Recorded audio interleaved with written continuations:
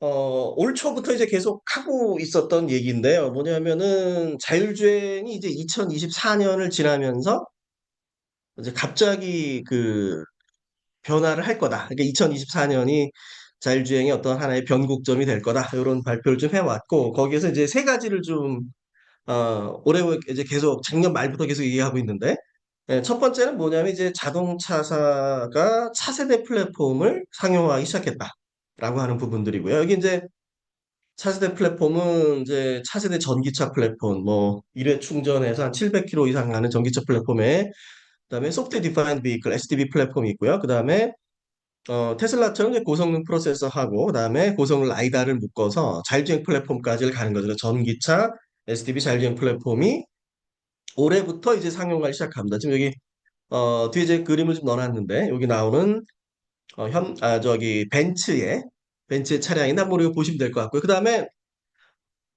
셀프 드라이빙 트럭이 중요해진다라고 하는 측면 한번 우리가 봐야 되고요. 그러니까 자율주행 트럭이 미국에서 본격적으로 상용화를 시작한다. 그래서 결국 이제 뭐냐면 둘다 2025년을 보는 거죠. 2025년에 확 이제 그 붐이 일어난 이런 부분들이 있고요. 그다음에 최근에 뭐 이제 구글에 뭐 이제 50억 달러 투자 이런 것처럼 어번 오토메이트 드라이빙, 그러니까 도시에서의 자율주행이 갑자기 발전해진다. 그래서 2025년 내년부터는 이제 자율주행 쪽에 이제 발전이 빨라질 거고, 예, 그 빨라지는 게 하나 있고요. 그래서 우리가 이제 어, 학생분들 입장에 연구나 취업 측면에서 이제 어떤 걸 좀 봐야 되는가? 이런 것도 이 자료에서 같이 좀 보면 좋을 것 같습니다. 그래서 이게 작년 12월에 국토부 쪽에 발표가 있어서 제가 썼던 키워드들을 한번 가져왔는데 딱 세 개가, 저 빨간색 세 개가 이제 핵심인 거고요. 그러니까 자율주행 플랫폼 얘기, 그죠? 그 자율주행 플랫폼이 가면서 라이다 센서나 이제 4D 이미징 레이더 같은 경우 상당히 좀 중요해지고요. 그 다음에 ITS 베이스 서비스도 중요해지고, 그리고 이제 자율주행 트럭에 대한 부분들도 좀 있습니다. 특히 이제 어떤 무인 트럭이 서서히 나오는 이런 부분들, 그 다음에 어, 도시에서의 자율주행이 상용화되는 측면, 같이 좀 우리가 좀 봐주면 좋을 것 같아요. 그래서 그 각각을 좀 정리를 해봤는데요.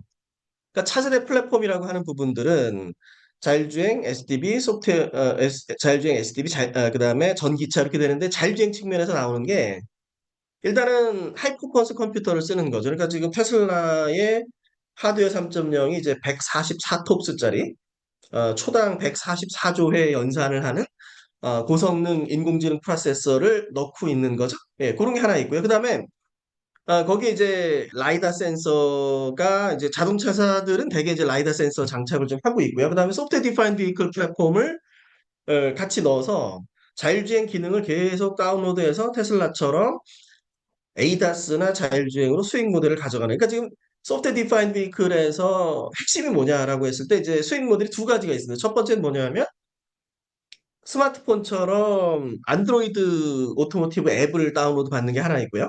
두 번째는 이제 자율주행 앱을 다운로드 받는 게 앞으로 메인이 될 거다. 그 두 가지를 우리가 같이 좀 바라보면 좋을 것 같고요.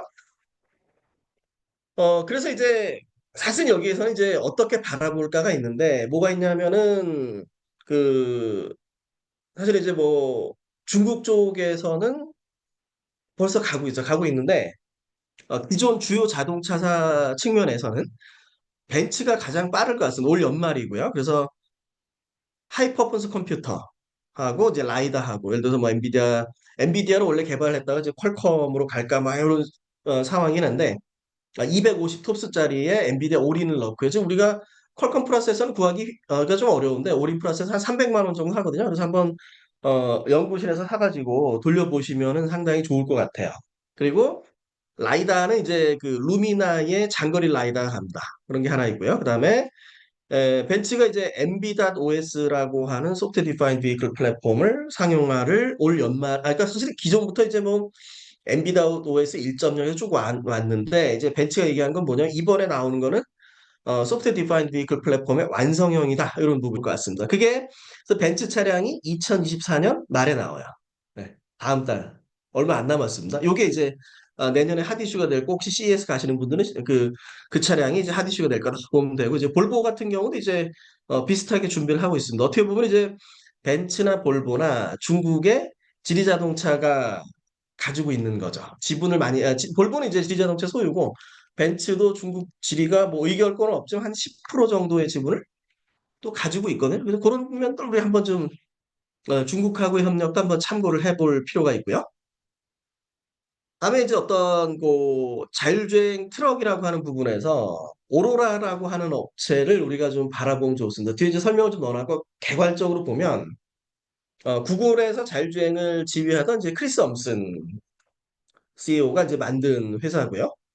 이제 구글 같은 경우도 이제 뭐 얘기를 들어보면 상당히 재밌습니다. 그러니까 예전에 다르파 챌린지에서 카네기 멜론하고 스탠포드가 각각 이제 번갈아 가면서 우승을 했는데 구글이 이제 와서 그 두 팀들을 다 가지고서 구글 X에서 자율주행을 해서 2010년도에 자율주행 내놓고 그리고 또 그 팀들이 다 이제 뿔뿔이 흩어져요. 그래서 그 구글의 코드들 그게 어떻게 보면 대학이 개발했던 코드고 그 코드들이 이제 어떤 전 세계에 퍼져가면서 자율주행이 기반이 됐다. 뭐 이런 것도 있고 어쨌든 오로라가 있는데 상장도 했어요. 근데 이게 뭐 수익 모델 이런 거 고민을 하다가 지금은 어떻게 되냐면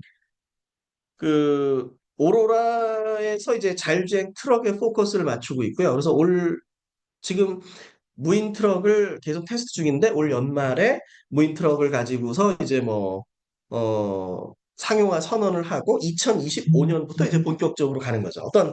우리가 선점하겠다 이런 의미가 있어요. 다 이제 벤츠라든가 오로라든가 다 어딜 바라보냐 하면 2025년을 바라보고 있다. 우리가 한번 좀 참고하면 될 것 같고요. 그다음 코디악이라는 업체가 있어요. 코디악이라는 업체는 코디악도 지금 준비 중인데, 코디악은 사실은 아시아 사업권을 SK가 가져오긴 했는데, 그 이후로 기사가 좀 별로 없고, 그다음 우리나라에는 이제 마스오토라는 업체가 하나 자율주행 트럭 서비스를 계속 가고 있습니다. 다만 이제 차이점은 오로라나 코디악 같은 거, 미국 같은 게 땅이 넓으니까 비싼 센서를 써서 라이다를 많이 붙이고 그 안전성을 높이는 데 비해서 마스오토는 지금 카메라로 하고 있는데, 그런 부분 차이점 좀 보면 될 것 같고요. 다음에 어, 익스펜딩 어번 오토메이트 드라이빙에서는 이제 웨이모가 올해 크게 대대적으로 확장을 해요. 6세대를 선보이면서 대대적으로 확장을 하고 있고, 그 다음에 테슬라도 로보택시 좀 보여줬고요. 우리나라에서 이제 오토노머스 A2G가 싱가포르하고 중동 진출을 하고 있습니다. 이게 이제 우리나라 산업계에 큰 도움이 되지 않을까 이런 부분이고요. 그다음에 화웨이 같은 경우에는 그 자율주행 플랫폼들을 직접 만들어가고 있는데 뒤에서 한번 좀 보시죠. 그래서 이제 구글 6세대 차량이고요. 구글 6세대 차량에서 어 6세대 차량이 이제 8월에 내놨고요. 그다음에 테슬라 로보택시 이제 10월에 발표를 했어요. 물론 뭐 이제 여러 논란이 있긴 하지만 그다음에 웨이모랑 현대랑 이제 협력을 하는 발표를 했고요. 그래서 현대가 이제 자율주행 차를 만들어서 공급하는 그 자율주행 파운드리 사업을 하겠다라고 얘기를 해서 공급을 하고 있습니다. 이 부분은 뭐 우리 또 김광수 교수도 잘 알고 계실 거니까 말씀 많이 해주실 걸로 보이고요. 그다음에 화웨이가 올 8월에 심천을 가서 화웨이 자율주행차를 탔었는데 솔직히 어 깜짝 놀랐습니다. 그러니까 이제 대략 이런 게 있는 거죠. 그러니까 중국 정부 입장에서 화웨이 보고 너네는 전기차 만들지 말고 너네는 이제 프로세서라든가 라이다라든가 4D 이미징 레이라든가 OS라든가 자율주행 소프트웨어를 개발해라 이거죠. 그리고 그걸 개발을 하면 그 개발한 거를 이제 여러 업체에게 이제 수평 공급하는 이런 상황이 좀 되고 있습니다. 우리가 한번 봐야 되고요. 직접 다 개발하고 있습니다. 이게 마찬가지로 이제 웨이모도 보면 웨이모도 라이다나 4D 이미징 레이다를 직접 개발하거든요. 우리가 한번 그것도 한번 참고해 볼 필요가 있고요. 벤츠의 이제 컨셉 CLA 클래스가 이제 내년에 이슈가 좀 될 거고, 그 다음에 그 레벨 3를 벤츠가 한 95km 시속으로 높였다. 기존 60km까지 책임지는 거였는데 이제 95까지 가서 이제 벤츠 입장에서 자동차사의 어떤 자율주행을 주도해가는 이런 모습을 좀 보여주고 싶다. 이런 게 하나 있고요.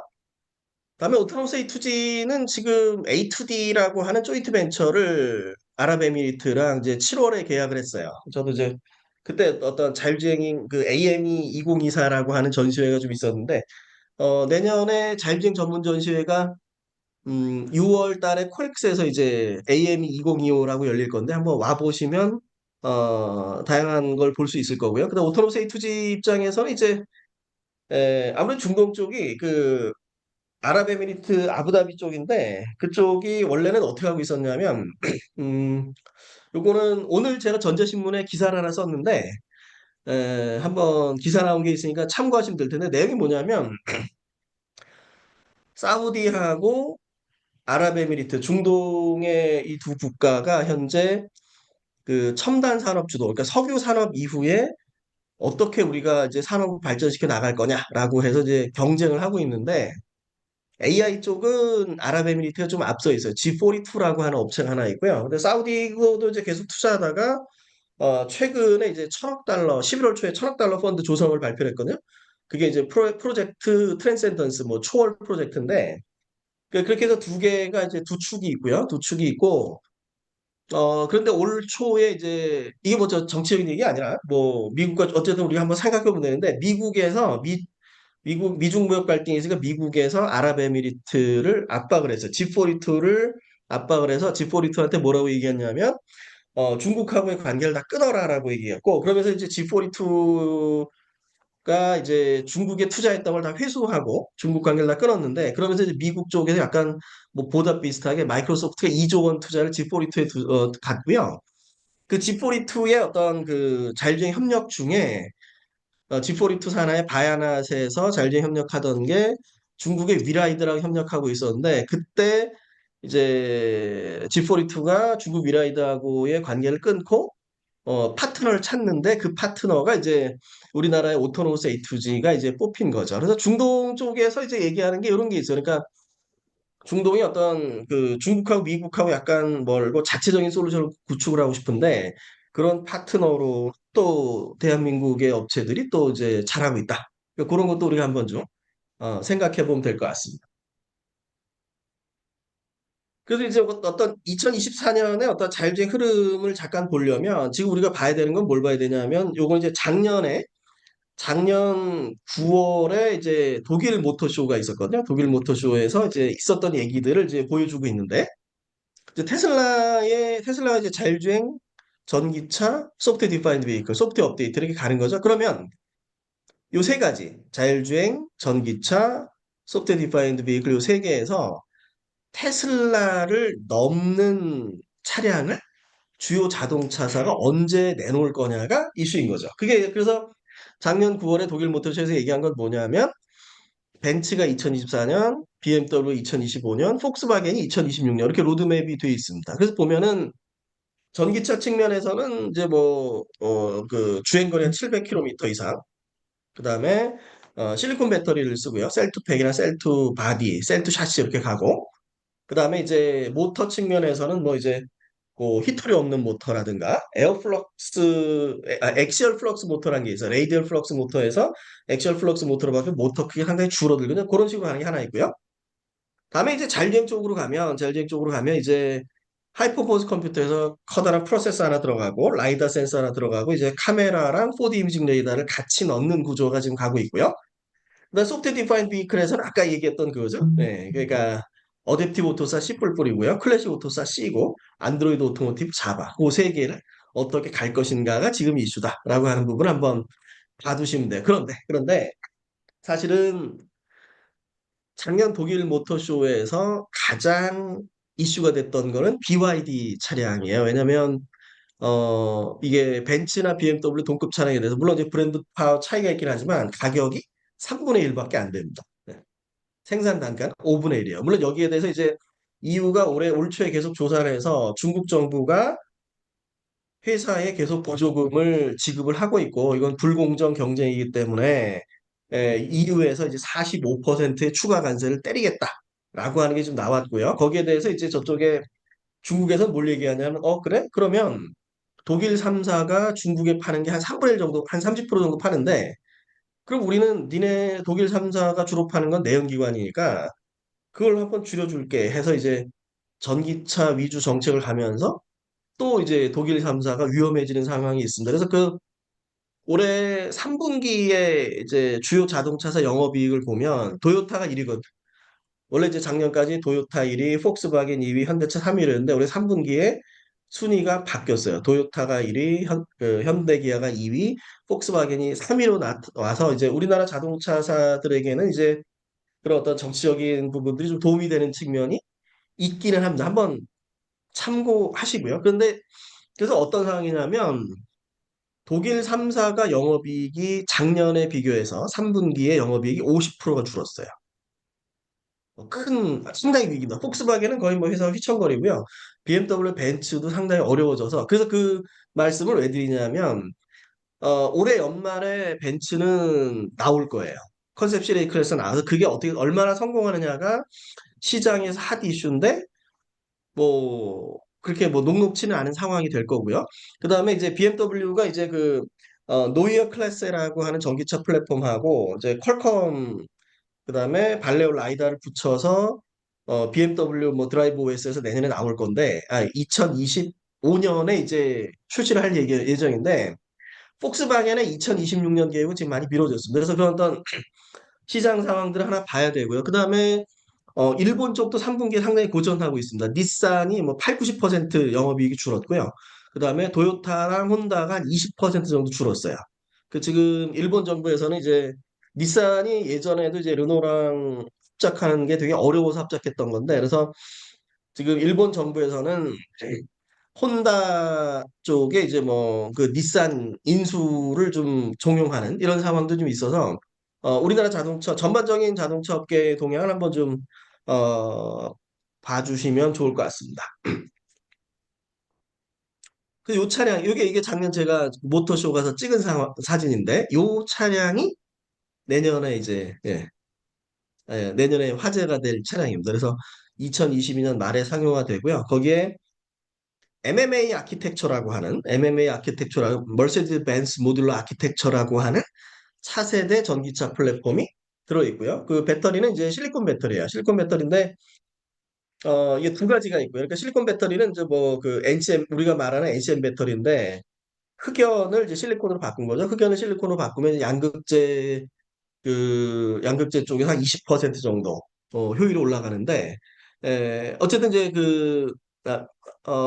맥시멈 20% 하여튼 뭐 흑연을 실리콘으로 바꾸면서 올라가는데 실리콘 배터리의 이제 단점이 이게 팽창이 심해서 뭐 화재의 위험이 좀 높아지니까 거기에서 어떤 탄소 나노튜브를 같이 깔아가지고 탄소 나노튜브가 틀을 잡아주고 실리콘이 수축하더라도 배터리가 모양을 유지한 뭐 이런 복잡한 기술들을 쓰고 있어서 그게 이제 배터리 쪽에 차세대 기술로 지금 가고 있는 부분이고 그래서 어쨌든 750km 레인지를 가고 있고요. 다음에 여기에 요거 말고 그 좀 저가 모델은 500km의 LFP를 써요.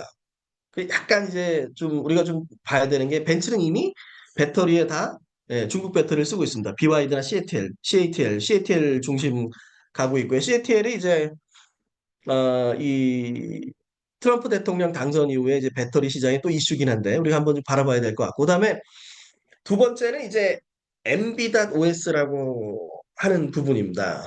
SB 플랫폼이고 그래서 어댑티브 오토사, 안드로이드 오토모티브, 클래식 오토사 이거 계속 나올 텐데 한번 보시면 돼요. 그러니까 지금 현대차의 고민도 세 개를 다 볼 수 있는 인재가 없어요. 그래서 예를 들어 클래식 오토사 C고요, 그죠?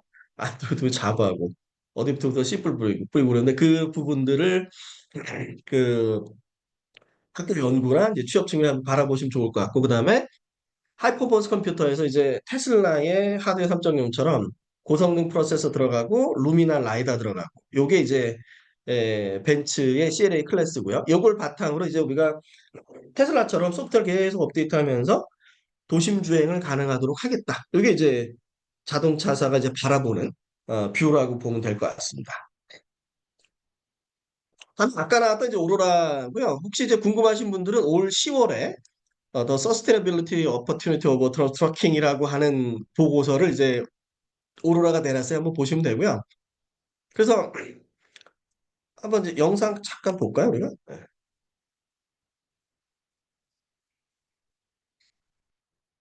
센서 시스템이 엄청 복잡하다. 이런 거 한번 우리가 봐야 될 거고요. 그다음에 무인으로 주행을 하는 거죠. 다만 이제 주행을 하려면 모니터링이 필요해요. 예, 모니터링 이제 좀 원격으로 좀 해야 되는 이런 부분들이 있고요.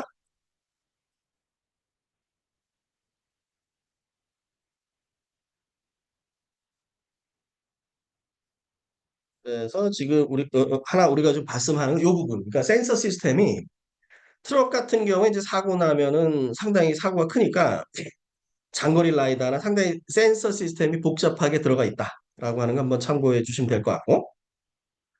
그다음에 이제 두 번째 나오는 그림은 이제 뭘 얘기하는 거냐면 이게 그 오로라 터미널이라고 하는 개념이에요.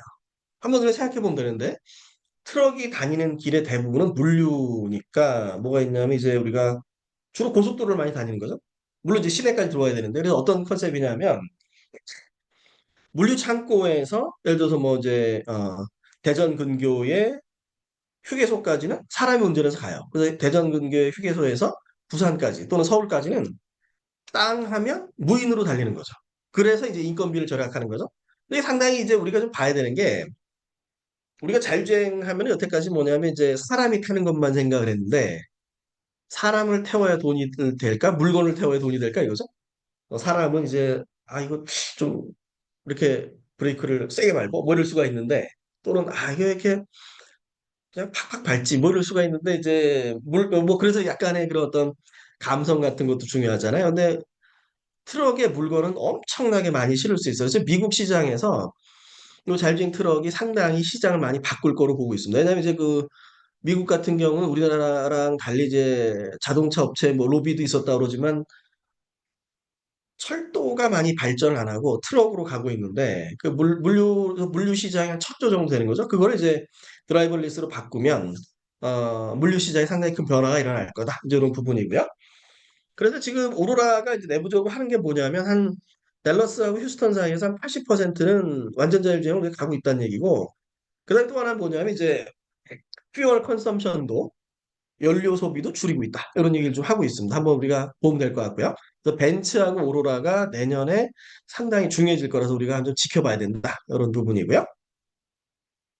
그다음 센서 측면에서 이제 보면은 기존에 이제 AM 라이다는 우리가 쓰는 일반적인 라이다예요. 쏘고서 오면 거리 재는 거죠. 근데 이게 이제 레이더에도 비슷한 게 있는데 간섭 이슈가 좀 있습니다. 다른 데서 쏜 게 들어오면 간섭을 일으킬 수 있죠. 그래서 뭘 하냐면 이제 FMCW에서 주파수 변조를 해서 그런 간섭을 최소화하는 기술이 이제 중요해지고 있어서 FMCW 라이다, 일반 AM 라이다를 복합적으로 쓰고 있다. 뭐 아무래도 FMCW 라이다가 비쌀 거니까요. 그런 게 하나 있고요. 카메라 측면에서는 이제 차량용 카메라하고 커스텀 렌즈가 상당히 좀 중요하다라고 하는 거죠. 한번 보면 될 것 같고. 그러니까 우리가 카메라로 다 되냐라고 했을 때 우리가 눈도 비슷하지만 눈이 지금 눈하고 차량용 카메라하고의 차이점 이제 보면 우리가 이제 터널 들어갔다 나올 때 조리개 조절이 된단 말이에요. 자동 조리개. 근데 아직 그게 카메라에는 안 들어가 있잖아요. 그래서 어떤 어, 그 렌즈라든가 조명이라든가 그다음에 우리가 이제 뭐 비가 오면 눈이 깜빡거리죠.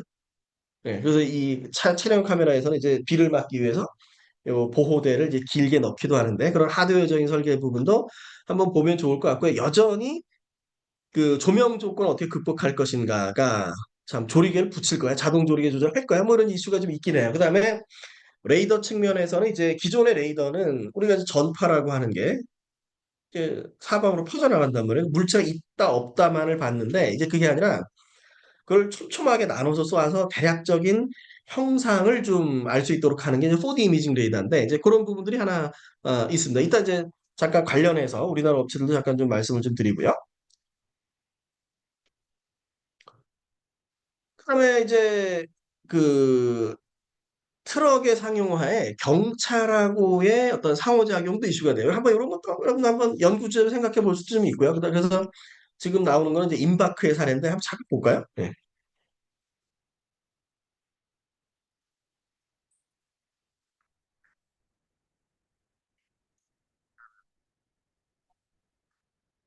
이게 무슨 얘기냐면 고속도로에서 이제 경찰이 단속하려고 그러는데 자율주행 트럭이 경찰을 인식해서 서라는 얘기죠. 그런 어떤 상호작용들이 있는데 잠깐 보실게요. 그래서 네.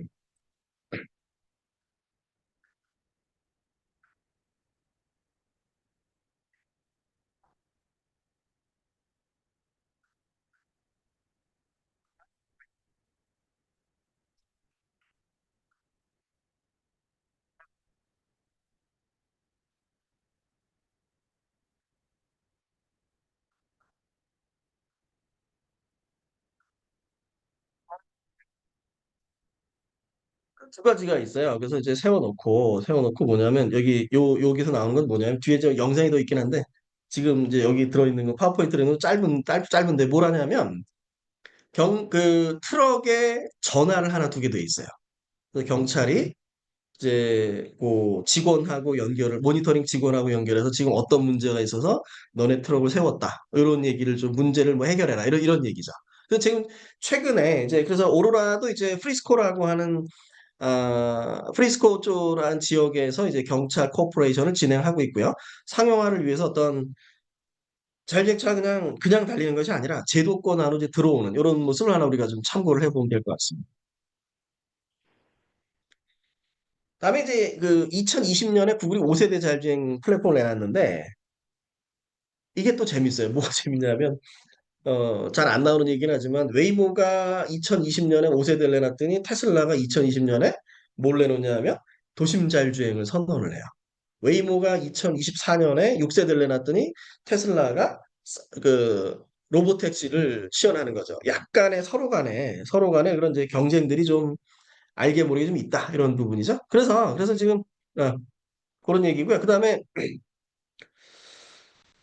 2020년 상황을 보면 이제 구글이 5세대 자율주행 선언을 했는데 테슬라가 도심 자율주행 가면서 웨이모가 엄청 곤란했어요. 그랬더니 그 관련 테슬라가 카메라만으로 모든 게 다 돼라고 얘기가 곤란해진 라이다 진영이나 웨이모 진영에서 아니다.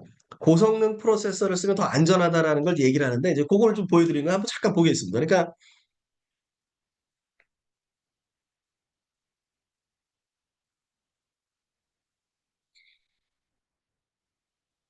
이게 이제 뭘 얘기하는 거냐면 우리가 지금 일반 차량과 자율주행 차량을 그냥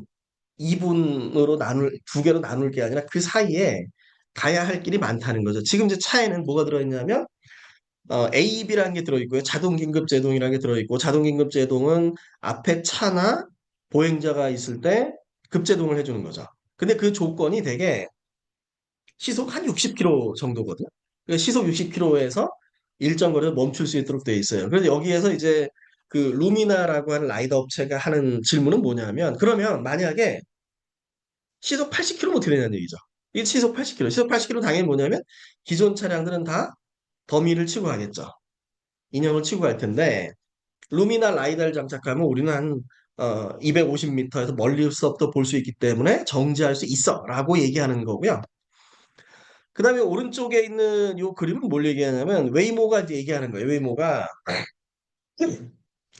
카메라로 보면 이렇게 흐릿해서 인식이 안 될 수가 있는데 4D 이미징 레이더라는 레이더를 쓰면 지금 여기 보는 것처럼 자동차가 명확하게 감지가 되기 때문에 우리가 카메라로 쓰는 애들보다 훨씬 더 안전해라는 거를 얘기를 하는 겁니다. 그래서 한번 우리가 참고를 해야 될 부분이 있고요. 그다음에 맨 마지막에 나오는 건 요거는 이제 그 야간이에요, 야간. 네, 야간에 보행자를 인식하기 어렵겠죠, 카메라가. 그죠? 그래서 라이다에서 훨씬 안전하다. 그래서 지금 이제 나오는 게 그 미국 쪽에서 야간 AB를 규제화를 하려는 움직임도 있어요. 그래서 아직 그러니까 이게 우리가 이제 보통 자율주행하면 뭐 일반 차량 자율주행 이렇게 나눌 게 아니라 그 사이에 가야 할 길들이 여러 개 있고 그게 또 이제 학교에서는 연구 주제가 되고 여러분들의 뭐 이제 우리가 좀 회사에서는 뭐 앞으로 가야 될 길이 되고 그거 한번 참고해 보시면 될 것 같습니다. 그 구글 6세대가 나왔단 말이에요. 구글 6세대가 보면 기존의 5세대가 라이다를 5개를 썼는데 4개를 썼어요. 그다음에 카메라 개수를 크게 줄였습니다. 뭐 29개를 얘기를 했는데 거의 절반으로 줄였고 그다음에 레이더 6개 그리고 또 이제 여러분들 그 연구에 조금 재밌는 부분 뭐가 있냐면 오디오 리시버라는 게 있어요. 오디오 리시버가 좀 이게 뭐냐면 이제 요새 이제 그 차량 쪽에서 딥러닝에 음성이나 음향이 상당히 중요해지는데 주위의 긴급 차량의 시그널을 듣고서 차를 멈추겠다 이거죠. 멈추든지 뭐 좀 반응할 수 있도록. 그래서 예를 들어서 지금 올해 ITS 월드 콩그리스에서 그 SK 플래닛이 발표한 건 뭘 발표했냐면 도로에 있는 소음을 듣고 있으면 여기에 예를 들어서 뭐 그 도로가 파였는지, 파였을 때 나는 또는 블랙 아이스에서 미끄러지는 이런 것들을 눈이나 비 상황들을 감지할 수 있다는 거죠. 소음만으로. 상당히 재밌습니다. 이제 그런 게 하나 있고 그다음에 자동차 쪽에서 최근에는 이제 그 음향으로 뭘 하냐면 테스트 쪽에서 예를 들어 이제 차 그 시트가 앞뒤로 가는데 체결이 잘못됐으면 소리가 날 거잖아요.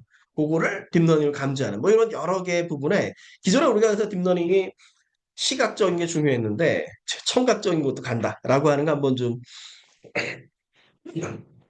생각을 해보면 좋을 것 같습니다. 다음에 테슬라의 FSD 이제 8개 카메라죠. 8개 카메라인데 어떻게 하냐면 아래 이제 앞에 있는 5개 카메라로 이제 우리가 그 여기 나와 있는 그림이죠. 5개 카메라에서 예, 이게 영상이 많다 보니까 넘어가는데 5개 카메라에서 얻어진 영상을 딥러닝으로 해서 순간적으로 그 맵을 하나 로컬 맵을 하나 만들어내요. 그래서 이게 이제 어떤 테슬라의 핵심이 되는 거죠. 그래서 이제 테슬라가 2020년에 구글이 5세대 나오니까 좀 있다가 그래?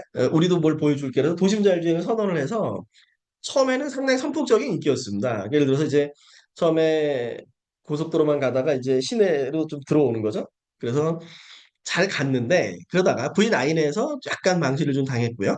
네, 도심에서 좀 헤매니까. 그다음에 이제 V10, V11, V12로 오면서 점점 더 안정화돼요. 지금 그래서 V12에서는 사람보다 낫다라고 테슬라가 공언을 하고 있고요. 도심에서. 그만큼 딥러닝이 악셀이 빨랐다라는 거 한번 V10에서 있었던 문제 하나 좀 볼게요. 지금 보시면 밑에 부분에서 디텍트는 다 해요. 디텍트는 다 하는데 뭐 자전거 타고 사람 다 디텍트는 다 했죠. 근데 이제 문제 뭐가 생기냐면 네, 중앙선을 넘었어요. 중앙선을 넘어서 중앙선을 넘어서 놀란 운전자가 이제 뭐 스탑시켰던 이런 사례가 있습니다. 자, 여기서부터 운전자 놀래서 한 거죠. 그래서 뭐 그렇게 시행착오를 많이 겪어서 가고 있다라고 하는 거고 요거 하나 잠깐 좀 보면 좋은데 이제 카메라만 있었을 때 이런 문제가 생길 수 있나? 뭐 이런 거 한번 우리가 그 고민을 좀 해볼 필요가 있는데요. 네.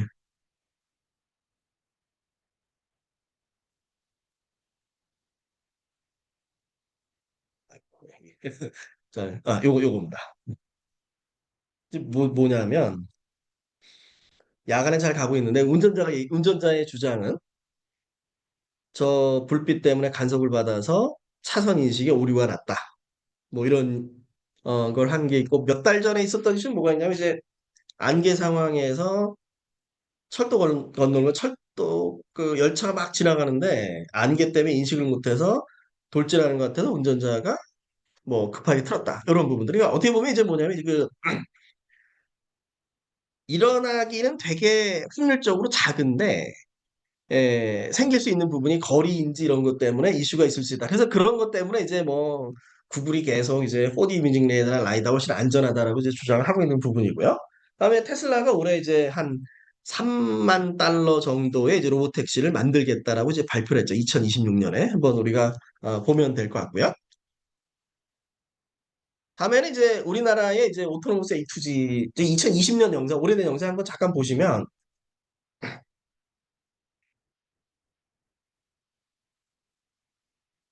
이 차에 라이다가 몇 대 달려 있냐면 이 차에 라이다가 네 대가 달려 있습니다. 지금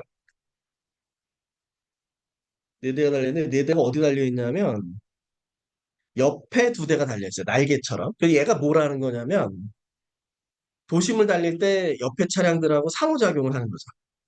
네. 그게 이제 상당히 좀 중요해진다라는 거 한번 우리가 체크해 보시면 될 것 같고요.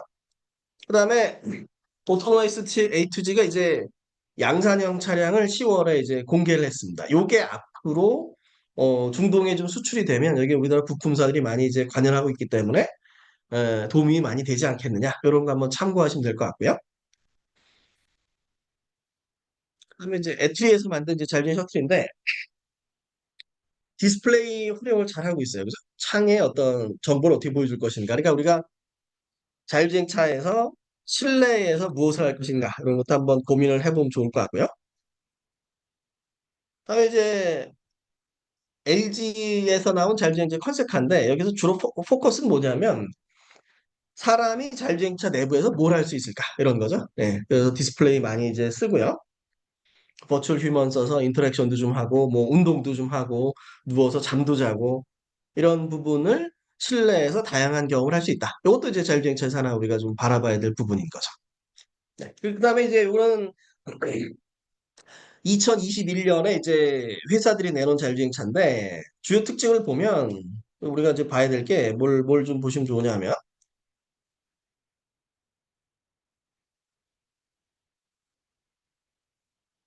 지금 보면 이제 위에 메인 라이다가 하나 있고요. 옆에 라이다가 달려 있어요. 요 옆에 달린 라이다는 주로 뭐 하냐면 이제 옆 차량이 나한테 붙는지 뭐 이런 거를 체크를 하는 거죠. 그래서 한번 봐두시면 좋고요. 다 마찬가지예요. 지금 여기 아까 오토로스 에이티즈 라이다 4대지만 옆에 라이다 있는 부분이 있고요. 그다음에 현대 아이오닉 5도 라이다 5대인데 옆에 2대가 있고요. 여기 그 폭스바겐 아이디 버즈도 옆에 2개가 있고요. 다음에 이제 올해 중국에서 이제 화웨이하고 바이두가 엄청나게 전쟁차를 많이 가고 있는데 화웨이 차량의 특징은 뭐냐면 양산 차량입니다.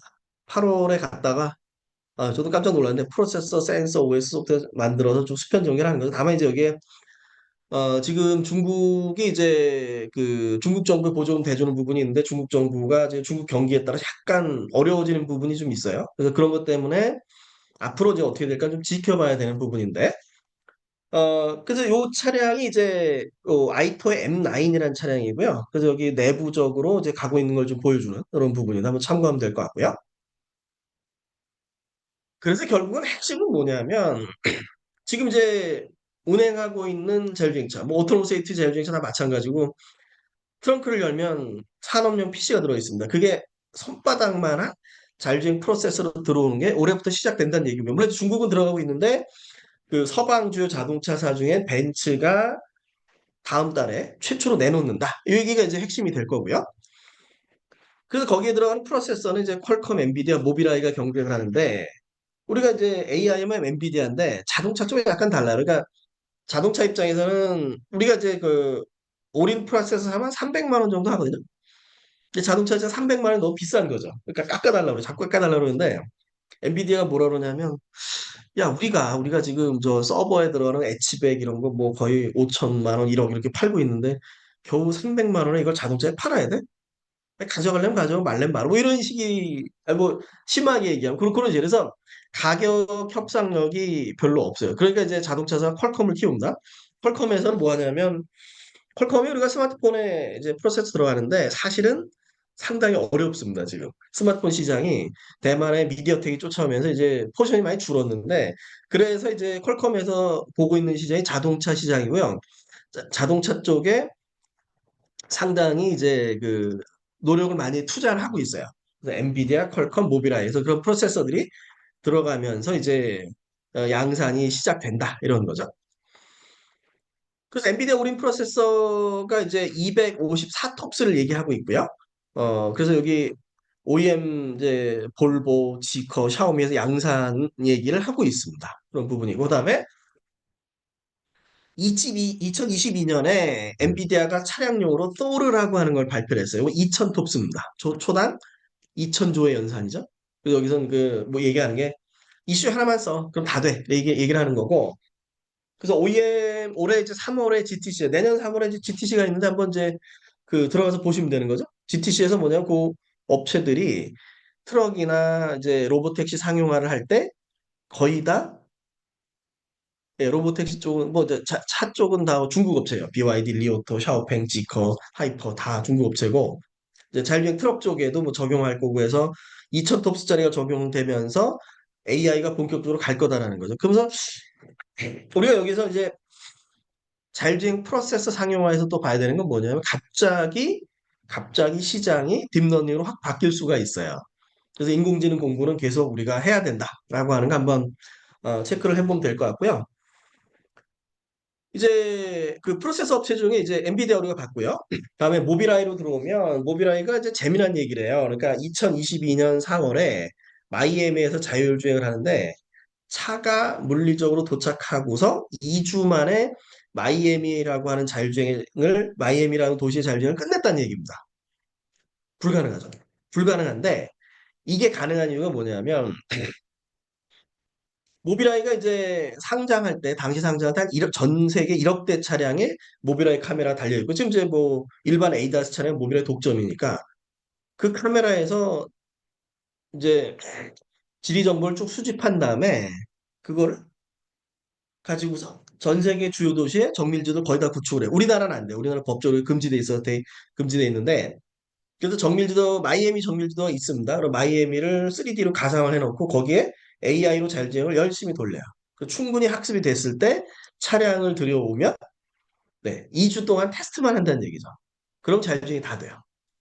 무서운 얘기입니다. 그래서 앞으로 이제 자율주행 시장이 또 중요해질 게 뭐냐면 현실 세계와 가상 세계라고 하는 그런 어떤 디지털 트윈 얘기가 계속 나오고 있어요. 네, 그래서 모빌아이가 지금 뭐 이제 프로세서하고 모빌아이도 비슷해. 웨이모도 비슷하고 화웨이도 비슷한데 프로세서 그다음에 라이다, 레이더를 다 만들어요. 근데 모빌아이 카메라도 만들었거든. 그러니까 그 센서들을 자기들이 공급하면서 가격을 낮추겠다는 거죠. 그래서 모빌아이의 원래 목적은 될지 안 될지 모르겠는데 라이다 한 대가 달린 자율주행 시스템을 자율주행 소프트웨어에 다 넣어가지고 2025년에 가겠다라고 하는 부분인데 최근에 어떤 그 이스라엘 전쟁 때문에 약간 주춤하고 있는 것 같긴 해요. 한번 우리가 보시면 될 것 같고요. 다음에 이제 퀄컴이 있습니다. 퀄컴이 이제 스냅드래곤 라이드라고 하는 걸 이제 가지고 들어오는 거죠. 그래서 프로세서가 엔비디아, 모빌아이, 퀄컴이 프로세서를 가지고 들어오고 있고 다음에 이제 소프트웨어 쪽으로 어떻게 해요? 소프트웨어 쪽으로는 계속 이제 보는 것처럼 이제 우리가 자율주행, 인포테인먼트, 차량 제어의 세 부분으로 나눠지고요. 그 다음에 거기에서 클래식 오토사, 안드로이드 오토모티브, 어댑티브 오토사로 가고 있다라는 거 한번 좀 봐두시면 되고 이게 마이크로 컨트롤러 뭐 인피니언, NXP 같은 프로세서를 많이 쓰일 거고요. 그 다음에 자율주행 쪽에 아까 나왔던 것처럼 뭐 엔비디아나 이제 모빌아이나 이제 그 퀄컴의 경쟁이 심화된다. 뭐 이런 거 한번 봐주시면 될 것 같습니다. 그래서 최근에 제가 발표해서 쓰고 있는 장표고요. 현대차로 뭐 강의도 많이 쓰는 장표인데 한번 보시면 제어 쪽에는 이제 클래식 오토사 올라가요. 그 다음에 인포테인먼트는 안드로이드 오토모티브가 주가 되고 있고요. 그 다음에 자율주행에서 어댑티브 오토사 소프트웨어 다운로드를 하는데 여기 이제 디터미니스틱 미들웨어라는 게 이제 뭘 얘기하냐면은 그 카메라 레이더 라이다의 분기화 부분이 있습니다. 이더넷 TSN. 여러분들 이제 수업에서 이더넷 배우는 거를 거기서 활용하시면 될 것 같고요. 그 다음에 AI 플랫폼, 그러니까 자율주행의 AI 플랫폼을 어떻게 돌릴까라는 플랫폼이 표준화가 아직 안 됐어요. 그 우리가 이제 학교에서 보통 텐서플로우나 파이토치를 배우잖아요. 그죠? 근데 파이토치를 넣을까? 근데 파이토치를 파이썬으로 이렇게 느리단 말이에요. 그래서 지금 하고 있는 대략적인 부분들은 뭐 API 셋을 쭉 정의를 합니다. API 셋 정의해서 그 API 셋의 밑에서 플랫폼을 맞춰가는 방식을 좀 쓰고 있는데 한번 보시면 될 것 같고 그 다음에 LLM이 또 들어가요. LLM이 상당히 중요해지고 있는데, 우리도 좀 공부를 해야 되고, 라마3 같은 것도 한번, 실행해서 보시면 좋을 것 같아요. 그래서, 어댑티브 도사, 안드로이드 오토모티브, 클래식 도사 구조가 벤츠, 현대, 볼보 쭉 해서 하나의 플랫폼 구조로 가고 있다. 이렇게 보시면 되고요. 다음에 이제 카메라 측면에서, 또는 인지 측면에서, 센서의 인지 측면에서는 뭐가 있냐면, 기존에 뭐 카메라, 레이더, 센서, 퓨전이죠. 결국 뭐 핵심 뭐냐면, 객체를 인식하는 거죠. 여기 앞에 차가 있다, 보행자가 있다, 객체를 인식하는 건데, 이제 약간 그게 어떻게 바뀌냐면 3D 공간을 재구성하는 걸로 좀 바뀌고 있습니다. 우리가 테슬라 사례 잠깐 좀 보면, 지금 이제 처음에 이게 2021년 테슬라 자료인데, 뭔가 그랬는데 무슨 얘기냐면, 주변에서 얻어진 카메라 정보를 가지고 3D 공간을 재구성하는 거죠. 벽돌을 쌓듯이 공간을 재구성해요. 그리고 우리가 영상 인식에서 오는 게 뭐냐면 이제 세그멘테이션 하잖아요. 그걸 그대로 가지고 오는 이게 이제 테슬라에서 하는 이제 공간 재구성이 이제 될 거고요. 한번 참고해 보시면 되겠고요. 그다음에 엔비디아는 지금 보면은 이제 아예 이제 어떤 그 공간 자체를 재구성을 한다. 지금 여기 나오는 게 지금 여기에 보여준 모든 게 가상 세계인 거죠. 현실과 거의 유사한 가상세계. 예.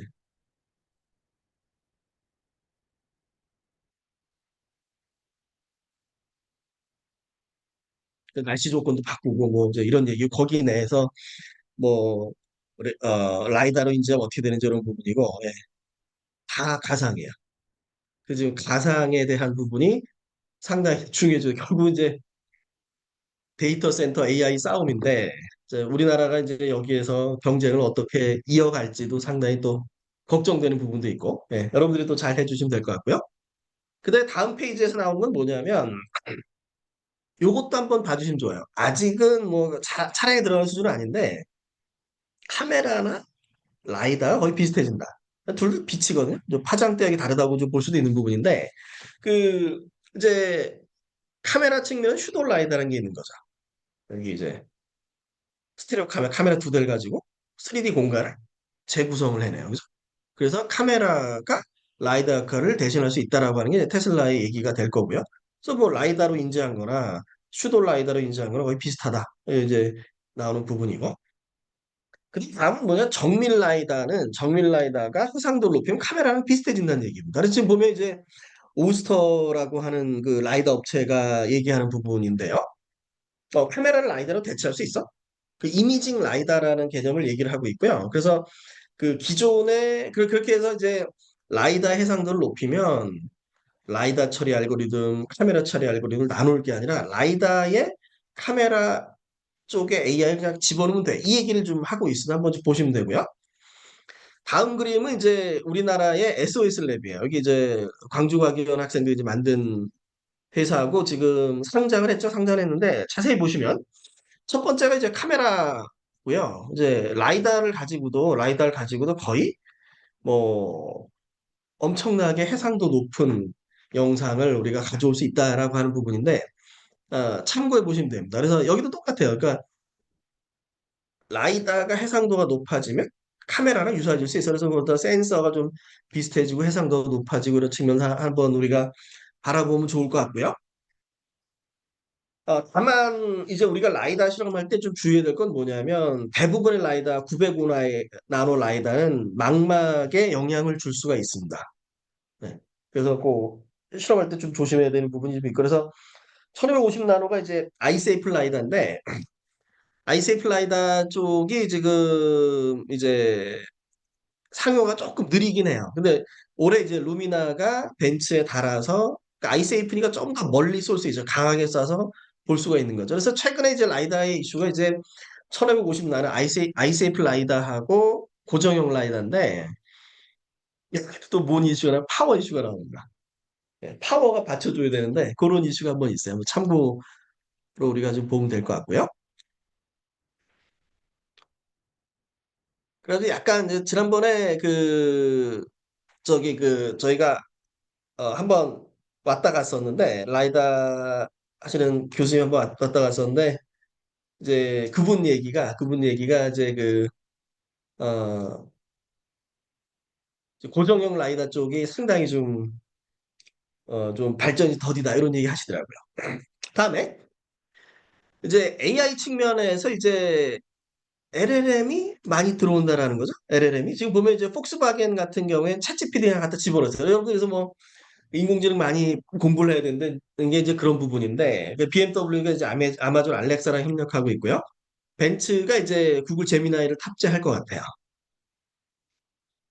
그래서 여기 이제 보면 요게 최근에 보고서인데 여러분 한번 찾아보시면 있을 거예요. Generative AI accelerate the timeline for fully autonomous driving 이런 얘기인데 이제 여기서 나오는 게 뭐냐면 생성형 AI가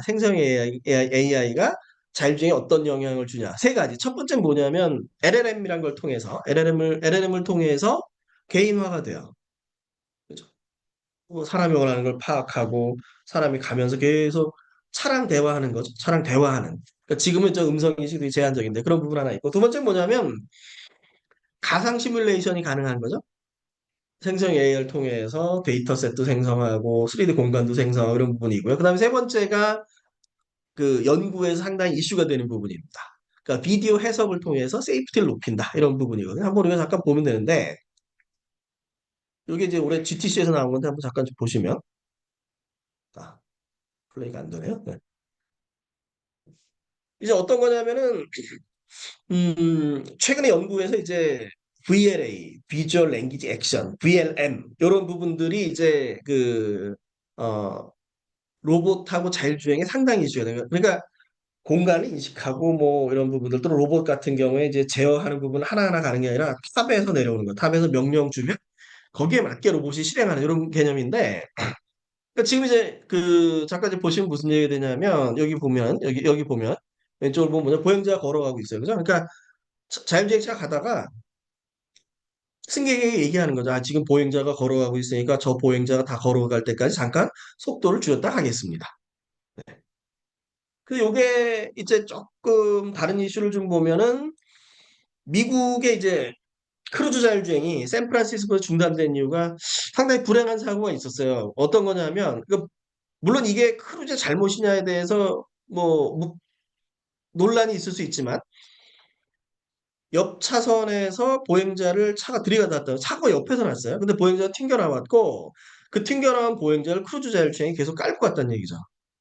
근데 크루즈의 잘못은 뭐냐면 인지를 잘못했어요. 그래서 나중에 이제 오퍼레이터가 멈췄는데 그 과정을 미국 정부에 숨기려고 했다라고 하는 부분이 좀 있었는데 어쨌든 뭐냐면 이제 그 인지가 안 되는 우리가 이제 기존의 객체 인식이라고 하는 부분들은 그러니까 계속 이제 같은 얘기입니다. 그러니까 객체 인식에서 공간으로 간다라는 게 이제 무슨 얘기냐? 객체 인식했는데 학습이 안 된 객체가 있으면 안 된단 말이에요.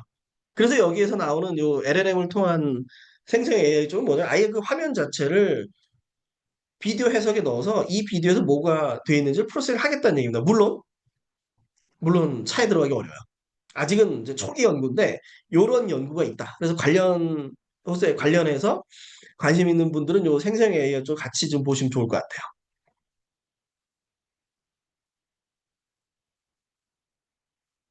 이제 대표적인 논문이 최근에 나온 게 구글 엠마라고 하는 논문이 있습니다. 엔드-투-엔드 멀티모덜 마들 포 오토노머스 드라이빙이라고 하는 부분인데 여기서 뭐라냐면 카메라 영상을 물론 이제 길게 넣으면 처리 못하고 짧게 짧게 끊어서 넣어요. 끊어서 넣으면 특히 이제 뭐에 좋으냐면 그 경로 예측에 상당히 도움이 된다고 그래요. 예. 거기서 이제 LLM에서 넘어온 게 근데 아직은 쓰진 못합니다. 그러니까 레이더나 라이다까지는 처리를 못하고요. 그다음에 이제 헐루시네이션이 있어요. 환각 현상이. 그렇긴 한데 어쨌든 미래 연구에서 있다. 그래서 아까 우리가 이제 제가 이제 말씀드린 세 가지 기존의 카메라나 라이다나 레이더로 객체, 차량, 보행자라는 객체, 그다음에 차선 이런 걸 인식을 했다면 이제 어떻게 하면 3D 공간을 재구성하는 거 하나, 그죠? 그다음에 그 생성형 AI를 통해서 그 들어오는 영상을 다 해석해내는 거 하나, 그다음에 또 하나는 이제 그 디지털 트윈에서 이제 뭐 여러 개를 가져가는 이런 뭐 한 세 가지 정도의 흐름이 최근에 뭐 상용화라기보다 연구에 상당히 중요한 이슈가 되고 있다는 걸 한번 기억해 주시면 좋고 그런 부분들로 또 여러분들 연구 주제를 하나 잡아가셔도 괜찮을 것 같아요. 다음에 이제 엔드-투-엔드 딥러닝에 대한 부분들 이제 많이 나오고요. 뭐 엔비디아에 대한 부분들 그다음에 아까 그 업체가 웨이브라는 업체인데 영국 업체인데 엔비디아도 투자가 크게 들어갔습니다. 웨이브나 우버 사례 이런 부분들 또 테슬라 사례 이런 부분이 소개되어 있으니까 저 논문도 한번 좀 보시면 좋을 것 같습니다. 그리고 우리가 이제 보는 부분은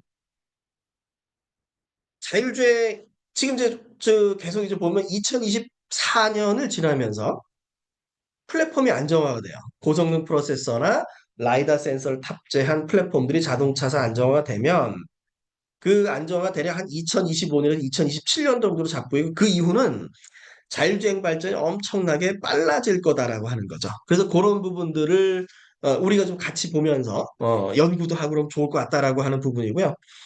제가 그 2022년에 자율주행 2035란 보고서를 나이파 쪽에 니아구나. 니아 쪽에 낸 게 있는데 한번 참고해 보시면 될 거예요. 거기 나오는 그림이고요. 그래서 이제 우리가 좀 볼 게 그 앞으로는 뭐냐면 고속도로는 거의 풀렸다고 보고 우리가 이제 도심을 풀어가야 되는데 도심 자율주행을 가려면은 이제 어떤 게 좀 필요해 이런 거죠. 그 첫 번째는 뭐냐면 고정밀지도가 필요하다. 물론 여기에도 약간씩 반론이 있어요. 테슬라 같은 경우에 아니 고정밀지도를 어떻게 가냐. 그러니까 고정밀지도 필요하고 테슬라 같은 경우는 이제 그 저해상도 맵에다가 이제 가면서 직접 로컬하게 고정밀지도를 직접 생성하는 로컬 맵을 생성하는 방식으로 이제 가고 있긴 한데 고정밀지도가 수익성이 안 나올 거라는 얘기도 있어요. 있긴 한데 어쨌든 고정밀지도에 대한 부분들 그다음에 도시의 객체들을 모델링해서 가상화를 해야 되죠. 근데 여기 중요한 게 뭐냐면 실시간성이 있어야 되는데 그 실시간성을 어떻게 반영할 거냐 이런 거죠. 그다음에 그 객체의 움직임을 어떻게 예측할 것인가. 이것도 이제 상당히 지금 중요한 이슈가 됩니다. 그래서 한번 좀 보면 되고요. 2015년에 이제 나온 자료를 한번 보면 여기서 어떤 그 정밀 지도가 있을 때 여기서 얘기하는 건 뭐냐 그래서 뭐 건물이나 이런 거는 뭐 한 달 정도면 정도 하면 되고 세미 스태틱 1시간 그다음에 세미 다이나믹 그다음에 다이나믹 1초 정도 계속 업데이트를 해줘야 된다. 이게 가능할지 안 가능할지 몰라요. 근데 어쨌든 아이디얼하게 자율주행차가 갈 때 모든 거를 업데이트를 하려면 이런 식으로 도시 정보를 공사 상황이라든가 사고 상황이라든가 이런 게 도시에서 계속 모델링이 돼야 된다. 이런 얘기를 좀 하나 하고 있고요. 그다음에 이거 상당히 좀 재미난 얘기죠. 자, 이제 보면은 옆에 부분은 구글의 이제 시뮬레이터입니다. 그럼 보면 이제 왼쪽이 실제예요. 오른쪽이 가상이에요.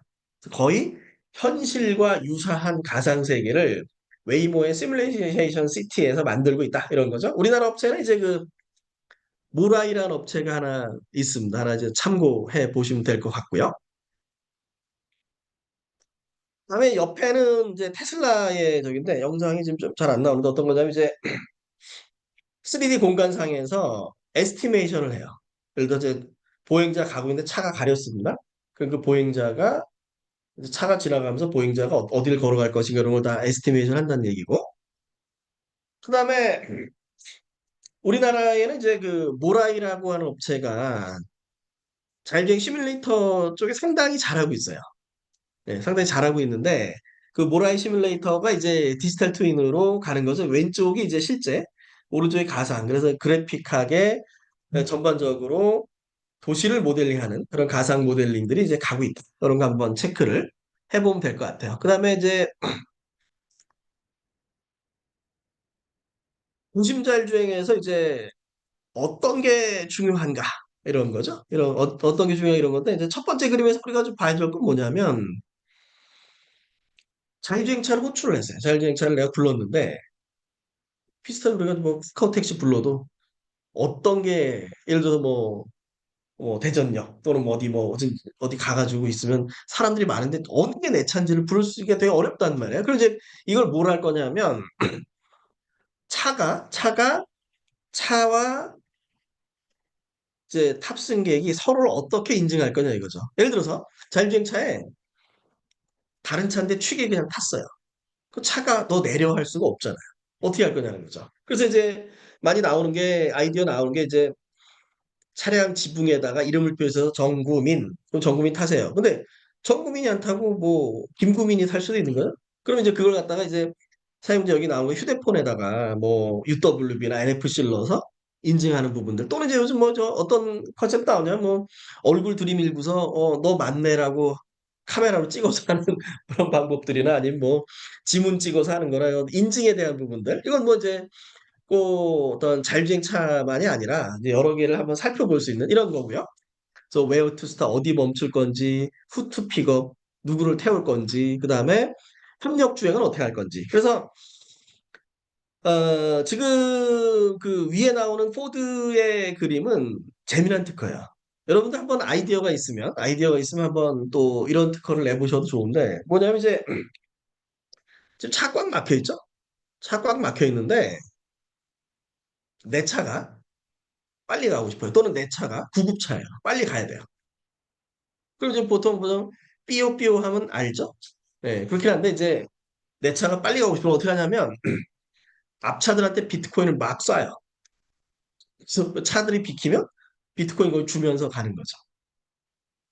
말이 되는 것 같은가요? 이거 상당히 재밌는 특허인데 어떻게든 그런 부분이에요. 그러니까 이게 우리가 이제 어떻게도 볼 수 있냐면 모든 차가 다 자율주행 차면 거기에 이제 그 긴급 차량이 지나갈 때, 앰뷸런스 지나갈 때 신호를 주고 비키고 이제 쭉 가면서 이제 나중에 비킨 차량들한테 뭐 어떤 공공적인 어떤 혜택을 준다든가 이런 것도 우리가 이제 그 자율주행차 운영에서 한번 생각해 볼 수 있는 거죠. 그래서 그런 특허도 한번 여러분 생각해 보면 좋을 것 같고요. 그다음에 아래에 있는 특허는 이제 우버의 특허예요. 무슨 얘기냐면 자율주행차와 보행자가 어떻게 코퍼레이션 할 것인가 이거죠. 그래서 자율주행차가 가다가 가상으로 횡단보도를 만들어줘요.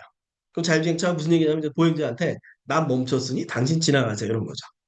예. 또는 이제 그 어떤 것도 있냐면 이런 것도 있어요. 그 보행자가 옆에 뭐 있을 때 카메라 앞에 그릴에다가 눈을 표시해줘서 내가 너를 보고 있어. 말이 되는지 모르겠는데 약간 무서운데 이제 그런 컨셉도 있고 어쨌든 지금 이제 결국 자율주행차 발전해 나가면서 자율주행차와 승객과 보행자가 어떻게 커뮤니케이션 할 것인가가 이제 중요해진다는 얘기고 그걸 위해서 LLM이라든가 이제 통신 기술이라든가 이런 부분들이 이제 최근에 또 중요해지고 있다. 이런 것도 보면 될 것 같고요. 아마 요런 영역에서는 또 그 학생분들이 또 재미난 아이디어를 많이 가지고 계실 거기 때문에 특허도 좀 많이 내시기를 바랍니다. 예. 네, 그래서 이제 우리가 앞으로 이제 자율주행이 어떻게 발전해 나갔으면 좋을까라고 하는 부분들을 우리가 잠깐 보면 지금 모빌리티 포 베터 월드라고 하는 부분들, 그러니까 조금 더 우리가 더 좋은 세상, 모두에게 좋은 세상을 가고 싶다는 얘기. 그래서 자율주행이 이제 의미하는 것 중에 하나가 모빌리티의 데모크라타이제이션 이런 게 있고 모빌리티의 민주화 이런 거죠. 그러니까 기존의 이동이라고 하는 것이 건강한 성인들의 운전이었다면 건강한 성인들, 그다음에 차를 살 정도의 경제적인 여유가 있는 사람들의 이동이었다면 자율주행이 가져온 모빌리티는 우버가 하는 얘기기도 한데 어쨌든 자율주행이 가져오는 모빌리티는 뭐냐면 모든 사람의 이동인 거죠. 노약자분들, 장애인분들 누구나 다, 또 어린아이들 누구나 다 평등하게 이동할 수 있는 모빌리티의 민주화를 가져오겠다. 이런 부분인데 여기에 있는 부분들은 이제 어떤 그런 사례들을 몇 가지 가져왔어요. 그래서 첫 번째는 뭐냐면 이제 싱가포르에서 장애인분들이 휠체어로 배송할 수 있는 서비스입니다.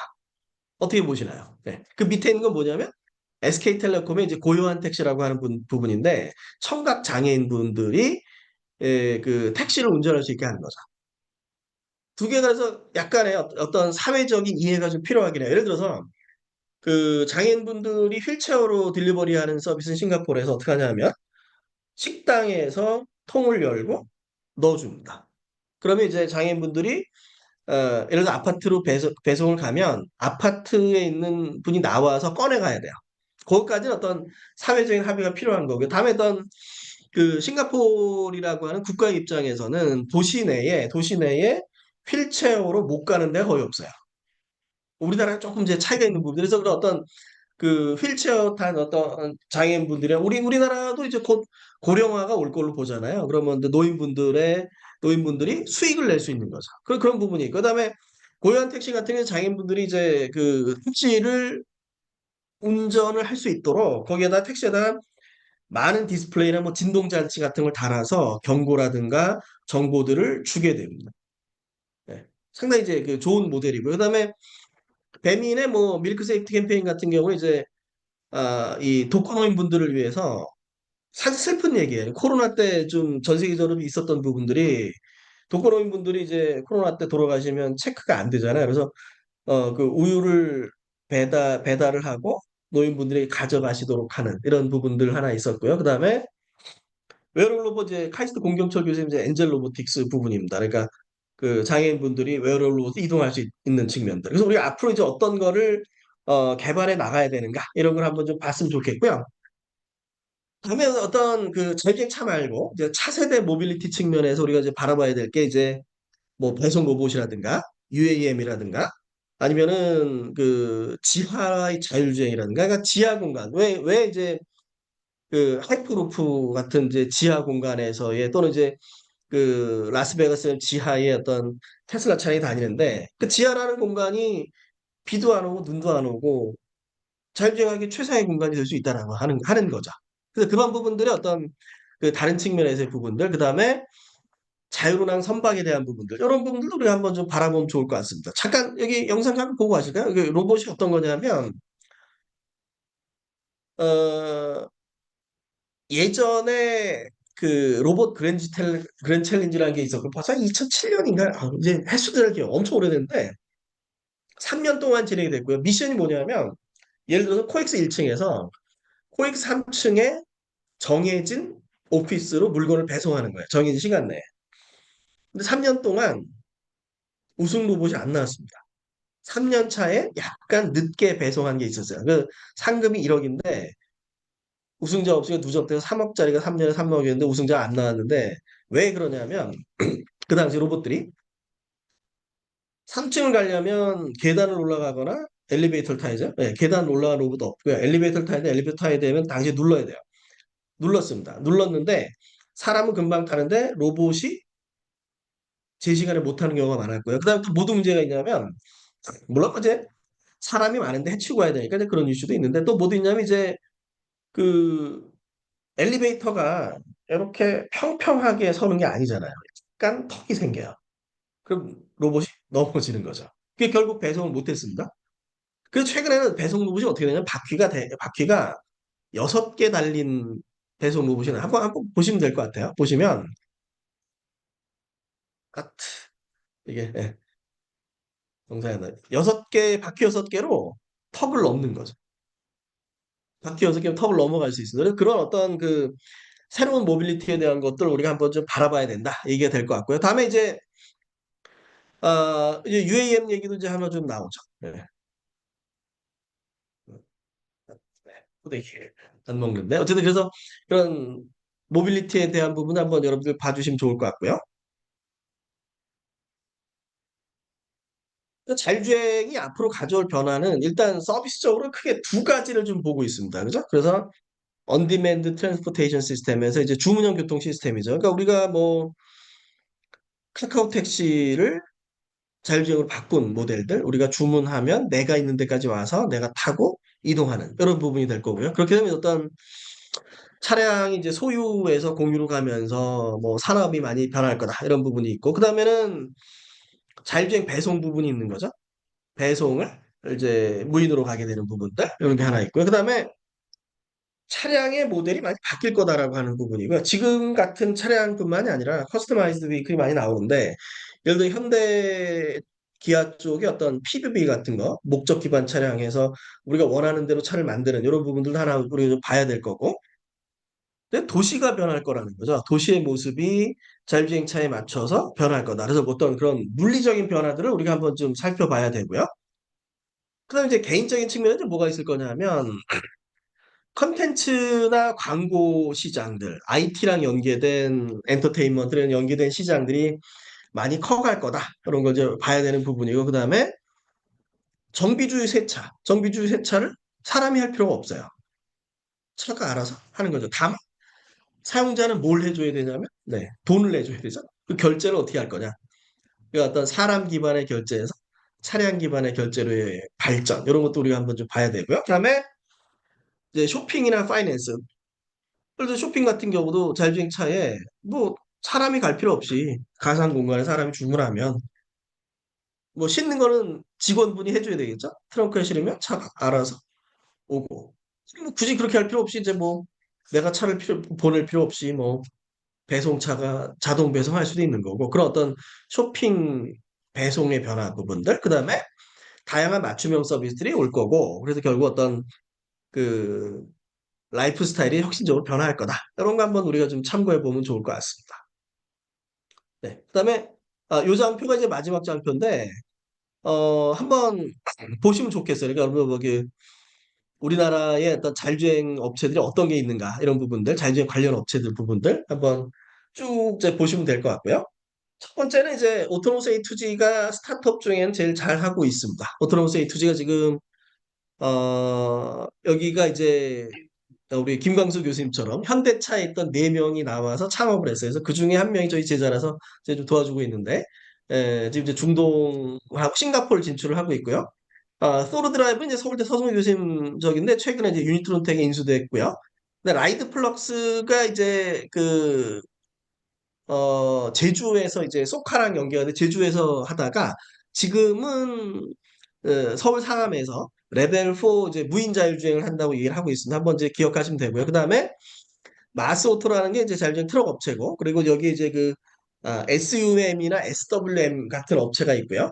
SUM, SWM 다 이제 서울에서 이제 자율주행을 하는 업체들이고, 언매트 솔루션이 이제 예전에 어, 거의 초창기 업체인데 효림그룹에 인수되고 지금은 거의 존재감이 없어지긴 해요. 그런 게 하나 있고, 그다음에 라이다 쪽은 SOS랩이 지금 상장했습니다. 라이다 상장했고요. CS2025에 이제 혁신상을 받았으니까 혹시 가는 친구들이 있으면 가서 좀 응원도 많이 해주시고요. 그다음에 카네비 모빌리티라고 하는 업체는 좀 재미난 업체예요. 라이다도 만들고요. 뭐 통신 모듈도 만들고, 최근에 서울에서 이제 한강 배가 있었는데 그 배도 카네비 모빌리티에서 이제 뭐 전기차 쪽을 공급을 해서 우리가 한번 좀 봐야 될 게 또 뭐가 있냐면, 카네비 모빌리티 사례에서 자동차에 쓰이던 기술이 선박이라든가 국방이라든가 UAM 항공 쪽으로도 많이 진출해 나가고 있어요. 그래서 여러분들 배우시는 부분들을 또 그 많이 확장하는 부분, 뭐 예를 들어 국방 쪽, 한화 쪽도 있고, 하나 시스템, 하나 에어로스페이스 또는 이제 LIG 넥스원 같은 업체들도, 큰 업체들도 있고요. 그래서 그런 어떤 현대는 현대 로템이 있고, 그래서 같이 좀 자동차 업계뿐만이 아니라 선박, 국방, 항공 쪽의 연구 주제라든가 아니면 취업이라든가 같이 좀 묶어봤으면 좋겠고요. 오토엘도 저 현대차에서 나온 분들이 만든 라이더 업체예요. 지금 이제 차량 상용화 좀 고민을 좀 하고 있고요. 그다음에 레이더 쪽을 가면 이제 스마트 레이더 시스템이 상장을 했어요. 스마트 레이더 시스템 상장해서 이제 우리 자료에 계속 나오던 4D 이미징 레이더를 하던 업체고요. 그다음에 이제 비트센싱 같은 업체도 비트센싱도 4D 이미징 레이더를 하는데, 두 업체 다 뭘 하냐면 자동차에 들어간 게 하나 있고요. 그다음 레이더 가지고 뭘 하냐면 헬스케어나 독거노인분들 이런 데 좀 써요. 예를 들어서 코로나 때는 뭐 했었냐면 독거노인분들이 이제 갑자기 쓰러지면 어떻게 케어할 방법이 없거든. 근데 거기에다 카메라를 달면 사생활 침해가 되는 거죠. 그래서 레이더로 대략적인 움직임만 봐요. 그래서 갑자기 쓰러졌다. 그럼 이제 그게 거기서 이제 뭐 긴급 구조가 출동하고 이런 데도 많이 쓰이고요. 또 환자 모니터링에도 많이 쓰입니다. 그러니까 사생활 침해하지 않는 범위 내에서 생체를 모니터링하는데 또 4D 미러에 쓰인다, 이런 부분이고요. 그다음에 카메라 쪽은 뭐 저 MC넥스나 뭐 이제 세코닉스 이런 업체들이 좀 있고요.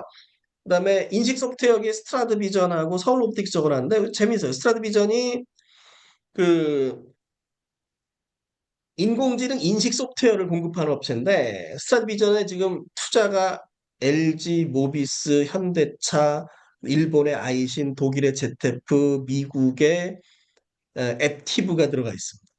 전 세계에 인공지능 소프트웨어를 수출하고요. 스트라디비전도 곧 상장할 거예요. 네. 수익이 많이 날 거로 좀 보고요. 서울로보틱스도 이제 잘지은 업체고, 서울로보틱스 특히 뭐 하냐면 이제 인프라 쪽에서 정보를 받아서 차를 제어하는 이런 거를 좀 해요. 그런 걸 하고 있고요. 그다음에 HD맵이나 시뮬레이터 쪽엔 아까 계속 나왔던 이제 모라이라고 하는 업체, 모라이가 이제 시뮬레이션에 제일 잘하고 있고요. 그다음에 스트리스라고 하는 업체는 연대 토목과 친구들이 만든 업체예요. 이제 카카오에 이제 지도하다 카카오 인수됐고요. 모빌테크도 이제 어떤 디지털 트윈 쪽 하는 업체고, 그다음에 V2X 쪽에는 이제 에티포스하고 라닉스가 이제 대표적인 업체고요. 그리고 이제 요 업체들도 이제 상장을 준비한 업체인데, 에이모라고 하는 업체 이제 자율주행 데이터셋 처리하는 업체고, 인피닉이라고 하는 업체도 이제 자율주행 데이터셋 처리 업체, 두 업체 이제 상장 준비하고 있고요. D2X라고 하는 업체도 이제 오토노머스 A2G 쪽에 빅데이터 협력한 업체고요. 그다음에 OS나 소프트웨어 플랫폼 쪽에 이제 팝콘사가 어댑티브 오토사를 하고요. 오비고가 인포테인먼트 소프트웨어 좀 하고요. 페르세우스라는 업체는 이제 하이퍼바이저를 해요. 마이컴에 올라간 하이퍼바이저를 좀 하고 있습니다. 여러분 참고하시면 될 것 같고요. 그다음에 튜닛이라고 하는 업체는 이제 쉐어링 앤 서비스 해놨는데, 이제 주로 뭘 하냐면은 디지털 키를 해요. 디지털 키를 가지고 이제 쉐어링에 쓸 수 있으니까. 그래서 여러분들 한번 관심 있는 업체나 협력이나 뭐 제품이나 이런 거 있으면 이제 교심 통해서 또 연구도 하고 뭐 취업도 하고 그러면 이제 좋을 것 같습니다. 제 발표 여기서 마치고, 혹시 뭐 나중에 질문 있으면 연락 주시고요.